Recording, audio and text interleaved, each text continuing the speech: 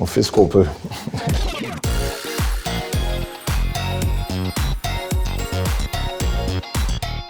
80% des notaires ne sont pas fils ou filles de notaires. D'abord, il faut un diplôme, il faut aimer les gens, il faut aimer le contact. Donc si vous n'avez rien de tout ça, vous ne pourrez pas être notaire. C'était vrai il y a un certain temps, mais maintenant les conditions d'accès à la profession et l'examen pour accéder à la profession de notaire sont les mêmes pour tout le monde.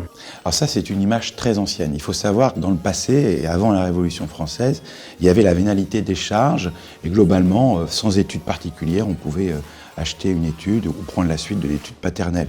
Ça a changé. Aujourd'hui, le notariat, c'est à peu près Bac plus 7. Donc c'est un niveau d'études qui est vraiment élevé.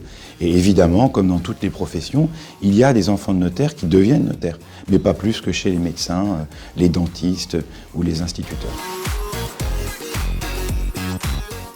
Du coup, non, pas que de la paperasse. C'est une paperasse qui peut servir du coup, puisqu'on vérifie quand même pas mal d'éléments pour que les dossiers soient plus carrés pour nos clients. Ils font beaucoup de paperasse, mais avant tout, ils gèrent de l'humain. La plupart de notre temps, on l'utilise à recevoir nos clients, à les conseiller, à les aiguiller dans les choix qui sont importants dans leur vie. Donc c'est très loin d'un métier très administratif.